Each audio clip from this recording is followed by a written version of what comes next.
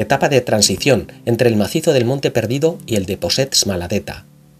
Caminos sencillos y una larga pista forestal nos conducirán desde el Valle de Pineta al de Río Real, con tramos de bosques de hayas y pinos negros y grandes pastizales en la zona de los llanos de la Larry y la Estiva.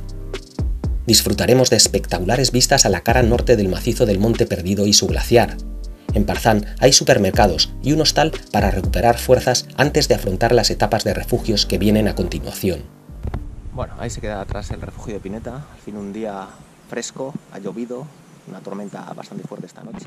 Y me dirijo ahora hacia Parzán. El larguísimo Valle de Pineta es una artesa o valle de origen glaciar.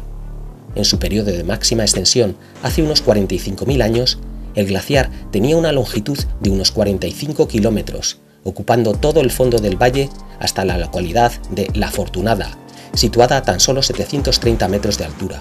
Esta es la ermita de Nuestra Señora de Pineta, al lado del Parador Nacional. El bosque encantado de Selvapochas nos lleva por un sendero empinado y umbrío a los llanos de la Larry, preciosa explanada herbosa con unas vistas impresionantes.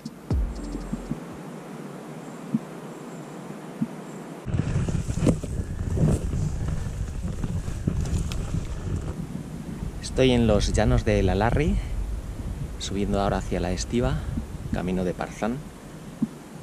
Un lugar bellísimo este también, el Valle de Pineta.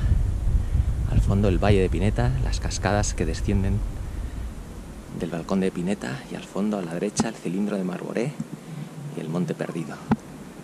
Enseguida el sendero vuelve a empinarse dentro de un precioso bosque con pinos negros muy viejos, pero por aquí apenas nos encontraremos gente. Más arriba, los pastizales y las vacas vuelven a ganar protagonismo, en la zona de la Estiva, donde las vistas al Valle de Pineta y el Monte Perdido seguirán sorprendiéndonos por su grandiosidad. Hoy solo queda un pequeño glaciar dividido en dos partes en la cara norte del macizo del Monte Perdido, con una superficie cercana a las 40 hectáreas en total, por encima del balcón de Pineta. Como todos los demás del Pirineo, está en franca regresión.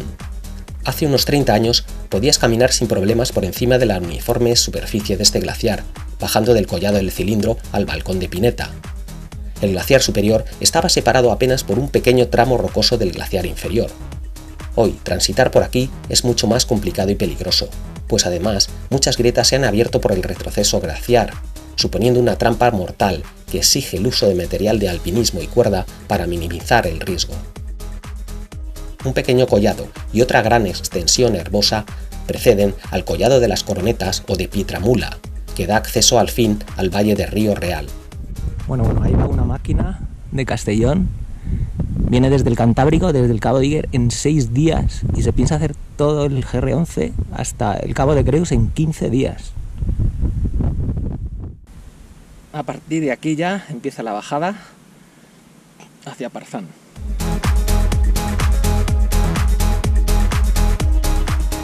Ahí se ha quedado ya la Estiva. Voy a empezar a bajar hacia Parzán.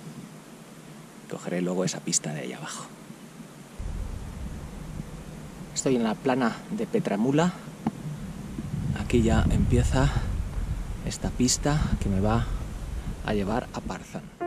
Aquí suben algunos todoterrenos hasta la plana de Petramula, por la pista que nos conducirá a Parzán.